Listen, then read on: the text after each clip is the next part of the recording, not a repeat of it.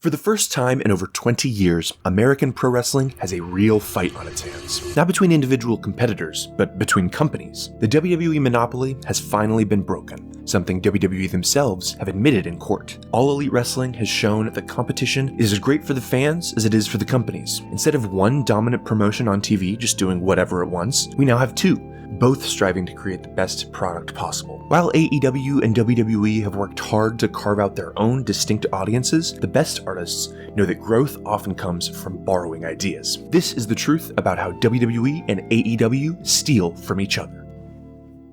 WWE has spent generations building up its brand as family-friendly sports entertainment. Especially since Raw's switched to a PG rating in 2008, they've kept their market share as broad as they possibly can, appealing to anybody they can across the world. Their storytelling is well told enough to reward long-term investment, but simple enough that anybody tuning in for the first time can learn everything they need to know right then and there, and hopefully be hooked into tuning in again. AEW, on the other hand, is a much newer company and provides a slightly more niche product. With a TV-14 rating, Dynamite and Collision can feature more language and blood than you might see elsewhere. Not only that, but a much wider range of in-ring styles can be showcased, thanks to AEW's collaborations with other global promotions such as CMLL and New Japan. With this relationship to the outside wrestling world, AEW is much more free to call on the decades of history and various other promotions that are crucial to understanding who these performers and their on-screen characters are. But as time goes on, it gets harder and harder to think of the two companies as complete opposites. With the start of the Levesque era, fans saw a shift in the tone that WWE took in presenting their product. Wrestlers both in and outside of the ring were treated more seriously, making the kayfabe wrestling world feel a lot more believable. Small, unnecessary pieces of WWE's old identity were tossed out, things like performers not being able to use the word wrestling. And it's no coincidence that that happened after they were no longer the only game in town. WWE even took inspiration from their rivals and started sending talent to Japan to broaden their experience and skill set.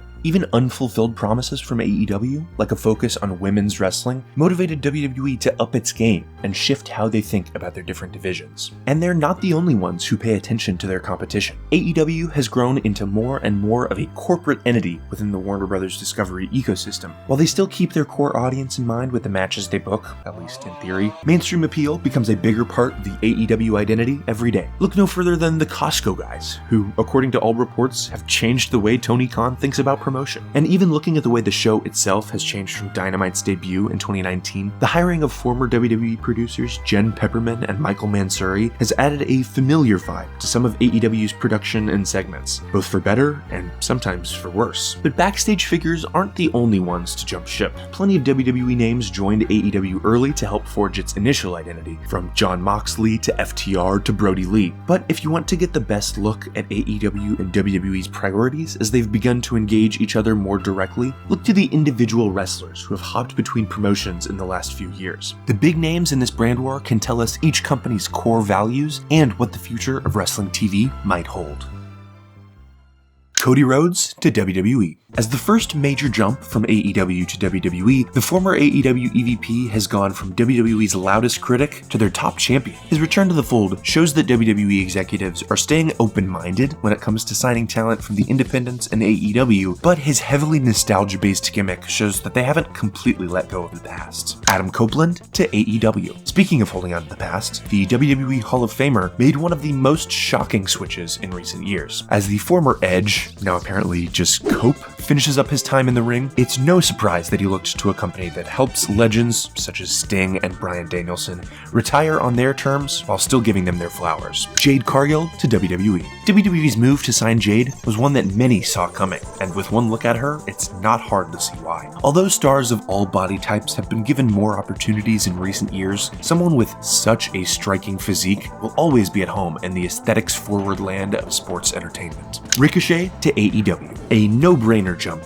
Ricochet is a name that feels perfectly at home in AEW. Even as elements of their product feel closer to WWE than they ever have, AEW never strays that far from its roots in promotions like Pro Wrestling Guerrilla, Lucha Underground, and the host of other super indies that sought to provide an alternative when the WWE monopoly was still in place. If you don't believe me, the man himself has integrated it into his character. While his heel persona goes over the top and claims AEW wouldn't exist without him, he's not wrong in that he is the latest in a long line that show the company's commitment to what came before. And that's just the tip of the iceberg. From Mercedes Moné as a huge shot in the arm to the AEW women's division, Ethan Page helping build up the new NXT, the Hurt Syndicate looking to satisfy fan desire for more main event black talent, we could truly go on all day. Okay, this is fun, but let's be real. WWE and AEW have desperately tried to sign many of the same people to contracts. Will Ospreay, Chad Gable, Daniel Garcia, Kazuchika Okada, Stephanie Vaquer, the list goes on. And even the pre-existing binary of AEW Serious, WWE Family Show ignores the silliness that's always been at the heart of the Elite, and the incredible talent on display in WWE throughout the years. Above all, everybody just cares about putting on the best wrestling that they possibly can. But what do you think?